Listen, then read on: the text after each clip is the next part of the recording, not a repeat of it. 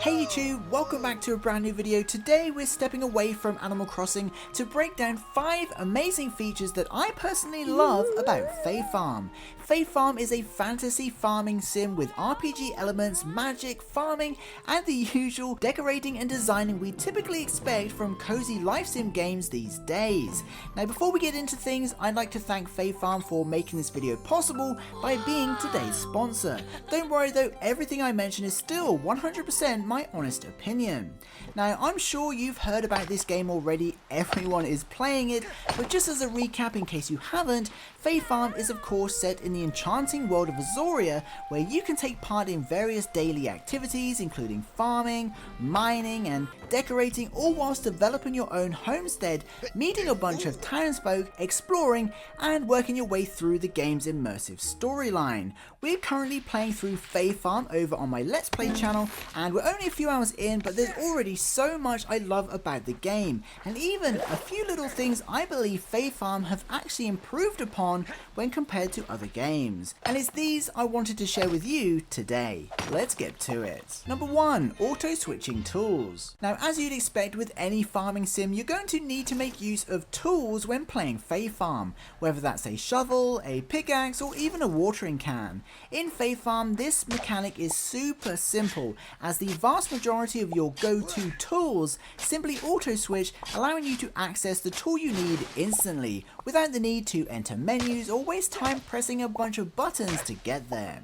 Everything is context sensitive around Azoria. For example, you can walk up to a stone and you pull out the pickaxe, pick up the resources, turn towards a plant or some berries, and then the pickaxe will auto switch to the scythe. This is a very impressive accessibility feature that saves a bunch of time and makes harvesting resources super satisfying, which is what you want from a cozy farming game and is super convenient. Number 2. Storage access.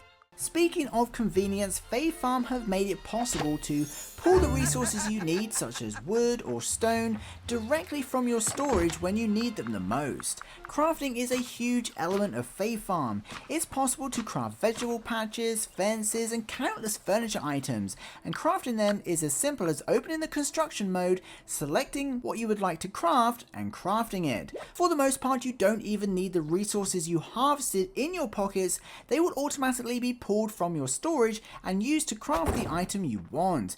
Again, a super useful mechanic that I didn't know I needed. It's going to be tough to go back to games where crafting requires having the materials in your pockets. Number 3. Time stops. Now, Fae Farm features an in-game clock that runs through the days and weeks of the year. This brings a sense of time, brings it with its seasons, and allows players to immerse themselves into the world of growing and harvesting crops. It's pretty awesome. However, this feature in particular stands out, and for me has been improved compared to similar games as time stops, or the clock is paused, at certain points in the game. For example, if you're deep in conversation with the townsfolk or you're checking up on a quest, the clock pauses so you're not wasting any precious time while speaking. Similarly, if you find yourself searching through your pockets or menus for something in particular, you can rest easy knowing the time has stopped and you'll still be able to harvest all of your crops before the day ends.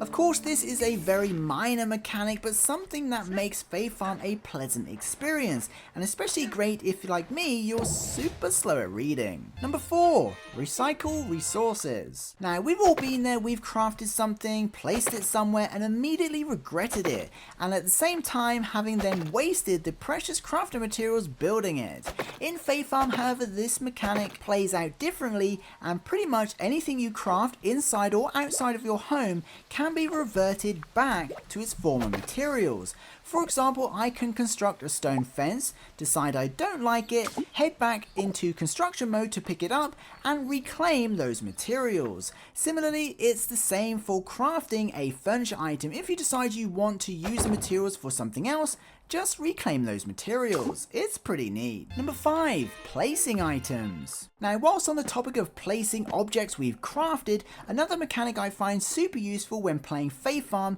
is the ability to move the cursor independently from the character. I'm so used to moving my character around and having to position the tile I want to interact with based on that movement. However, in Fae Farm, whilst you can still choose to navigate your position this way, you can also move the cursor independently from your character. This is a huge quality of life improvement for me and allows much faster and more accurate navigation for selecting and moving objects around, for example. Again, a real time saver and helps make this cozy game even more relaxing to enjoy. So there we have it, 5 tiny details and quality of life mechanics that make Fae Farm awesome to play through. Of course, Fae Farm offers a whole world to explore, including building relationships, exploring mines, learning magic, farming crops and raising animals, and of course decorating, but sometimes it's the small things that makes a game worth it. If you'd like to learn more about Fae Farm, be sure to click the links in my description or pinned comments. It helps out the channel massively and you get to see more of Azoria. Thank you once again to Fae Farm for sponsoring today's video. Don't forget to check out my Let's Play channel if you want to see a cozy Let's Play of Fae Farm. And of course, thanks so much to the patrons and channel members who continue to support these videos. Peace.